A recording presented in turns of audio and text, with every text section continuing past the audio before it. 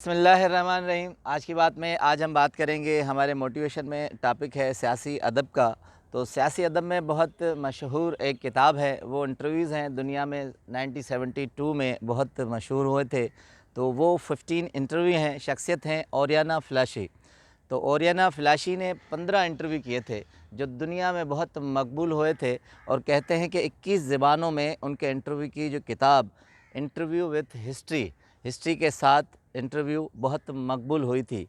तो उसमें उन्होंने एक शख्सियत का इंटरव्यू किया है, तो बकौल ओरियाना फ़लाशी के कि सहर अंगेज़ शख्सियत क्या होती है, सहर अंगेज़ शख्सियत में कन्विंसिंग पर्सनैलिटी में क्या क्या चीज़ें होनी चाहिए, वो चीज़ें उन्होंने बयान की हैं जो आपसे चाहूँगा कि शेयर करूँ कि हमें अगर सहर अंगेज़ शख्सियत होना है या बनना है तो कौन सी हमें चीज़ें उसमें चाहिए। ओरियाना फ़लाशी का छोटा सा तारफ़ कि फ़लाशी C.I. फ़लाशी इटालियन जर्नलिस्ट हैं और उसके साथ आथर हैं, राइटर हैं। उन्होंने बहुत सी किताबें लिखी हैं। एक तो ये उन्होंने इंटरव्यूज़ कंपाइल किए हैं, दूसरी एक है द फोर्स ऑफ रीज़न, वो भी कहते हैं दुनिया में बहुत मकबूल किताब है। और एक लेटर कुछ थे, और उसके अलावा एक और किताब थी a child who never burn, यानी वो बच्चा जो कभी भी पैदा नहीं होगा। तो वो लेटर उन्होंने लिखे हैं। तो उसके साथ बहुत मायनाज़ शख्सियत थी। उनकी बड़ी शख्सियत का पहलू और शोहरत का नुमाया पहलू ये था कि दुनिया में जहाँ भी जंगें उस वक्त लगीं वो वहाँ गई और वहाँ ख़तरनाक किस्म के इंटरव्यू किए। तो अब आते हैं वो 15 इंटरव्यू में जो बहुत मकबूल हुआ था, वो ज़ुल्फ़िकार अली भुट्टो साहब के साथ उन्होंने इंटरव्यू किया था। तो उनकी रुदात बताती हैं, इंटरव्यू बहुत लंबा है तो हम उसके चीदा जो पॉइंट है वो डिस्कस करेंगे।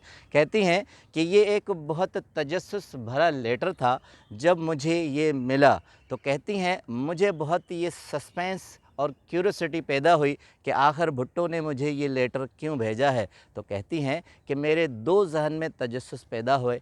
एक ये कि इससे पहले मैं इंदिरा गांधी से इंटरव्यू कर चुकी थी और ये तजस्सुस था कि मैंने उसे हमदर्द और बहुत तारीफ़ की थी, तो हो सके वो उसका बदला लेना चाहते हों मुझसे। उसके अलावा या हो सके इंदिरा गांधी के पास कोई पैगाम पहुंचाना चाहते हों। तो कहती हैं कि थोड़ी ही देर में एक तजस्सुस तो टूट गया कि अगर उसे कोई इंदिरा गांधी को पैगाम पहुंचाना होता तो उसके लिए स्विट्ज़रलैंड और रूस के बहुत से ऐसे सफ़ीर और लोग थे कि वो पैगाम पहुंचा सकते थे।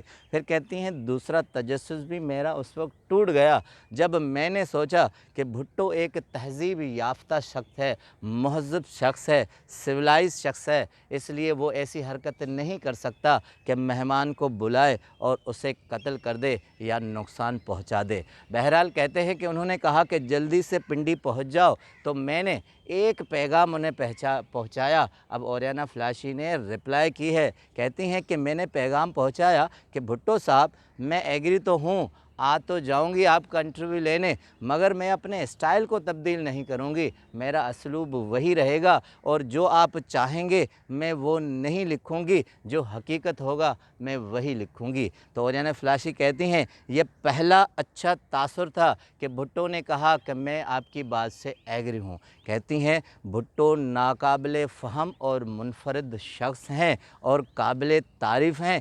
दूर तक मेला फैला हुआ उनका ज़हन है और एक सहर अंगेज़ शख्सियत है, मगर इसके साथ बहुत मक्कार और अयार भी हैं। हालात और मुकाबलों के साथ वो अपने एंगल्स को बदलते रहते हैं। कहती हैं कि हम वो सहाफ़ी हैं जो एक ख्वाब देखते हैं कि ऐसी शख्सियतें हमें बुलाएं और हमसे कुछ पूछें, मगर हम ये तवक्को कर बैठते हैं कि वो हमें ना करेंगे और हम फिर ऐसे ही ख्वाबों की दुनिया में लौट जाते हैं। अब कहती हैं ये मेरी बड़ी खुशनसीबी थी कि उन्होंने मुझे सेलेक्ट किया। अब कहती हैं ठीक मैं उसी दिन रवाना हुई, पिंडी एयरपोर्ट पर उतरी हूँ तो दो अफसरान ने मेरा इस्तकबाल किया है और उन्होंने कहा कि भुट्टो साहब आपसे 1 घंटे के बाद मिलेंगे। अब कहती हैं कि मैं इस पोजीशन में थी कि मैं साफ साफ बता दूं कि मैं पहले शावर लूँगी, उसके बाद भरपूर नींद करूँगी, उसके बाद मिलूँगी। अब कहते हैं कि ये सहूलतें मुझे प्रोवाइड की गई।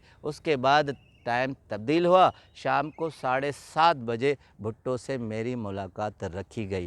कहती हैं कि मैं जब शाम को ज़ुल्फ़िकार अली भुट्टो साहब से मिली हूँ तो बहुत ही मुस्कुराते हुए मिले हैं और उनकी शानदार मुस्कुराहट और पर्सनैलिटी से मैं बहुत लुत्फ़ अंदोज़ हुई। कहती हैं कि बड़ी दिलचस्प शख्सियत है, कभी भी आदमी को बोर नहीं करते। अब कहती हैं ये जो मैंने इंटरव्यू किया है वो 6 बारियों में मुकम्मल किया है और 5 दिन मैंने स्टे किया और मैं पाकिस्तान के मुख्तलिफ़ सूबों में भुट्टो साहब के साथ गई। अब कहती हैं अगर आप कराची की लाइब्रेरी में जाएंगे तो आपको एक हैरत होगी कि मुसोलिनी और हिटलर की किताबें उन्होंने चांदी के औराक से लदी हुई हैं। उनका कपड़ा बहुत शानदार किताबों से लदा हुआ है, ऐसे लगता है कि मुसोलिनी और हिटलर उनके लीडर थे। मगर कहती हैं जब आप गुफ्तगू करेंगे तो आपको उस लाइब्रेरी में स्वारना को और जमाल नासिर की भी किताबें नज़र आएंगी और लगेगा कि वो भी उनके दोस्त हैं।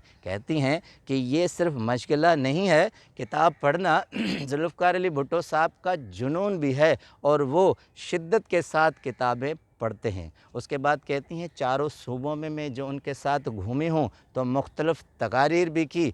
पुरजोश तकरीर करने वाला एक वलवला अंगेज़ शख्स भी था और फिर अपने हालात और वाक़यात के हिसाब से करवट बदलने वाला भी शख्स था। कहती हैं कि इन 5-6 दिनों में मैं उनके साथ रही तो उनके ऐसे ऐसे शख्सियत के पहलू देखे कि मुझे पता चला कि भुट्टो बहुत ज़हीन है, अपने दुश्मन को दुश्मन समझता है और वो उससे उस जुनूनी हद तक नहीं आता। वो एक महज़्ज़ब शख्स है, सिविलाइज़ शख्स है। कहती हैं कि उनकी ज़बान के बारे में कि उनकी ज़बान अंग्रेज़ी ज़बान उर्दू से भी ज़्यादा अच्छी है, वो किसी भी मगरिबी शख्स को कायल कर सकता है। अब ओरियाना फ्लाशी के मुताबिक जो शख्सियत और सहरंगेज़ पहलू वो देती हैं कि आप एक नाकाबिले फ़हम शख्स हों, दूसरा आप सहरंगेज़ शख्स होने के साथ आपको कन्विंसिंग पावर होना चाहिए, उसके साथ आपके चेहरे पर मुस्कुराहट होनी चाहिए, उसके साथ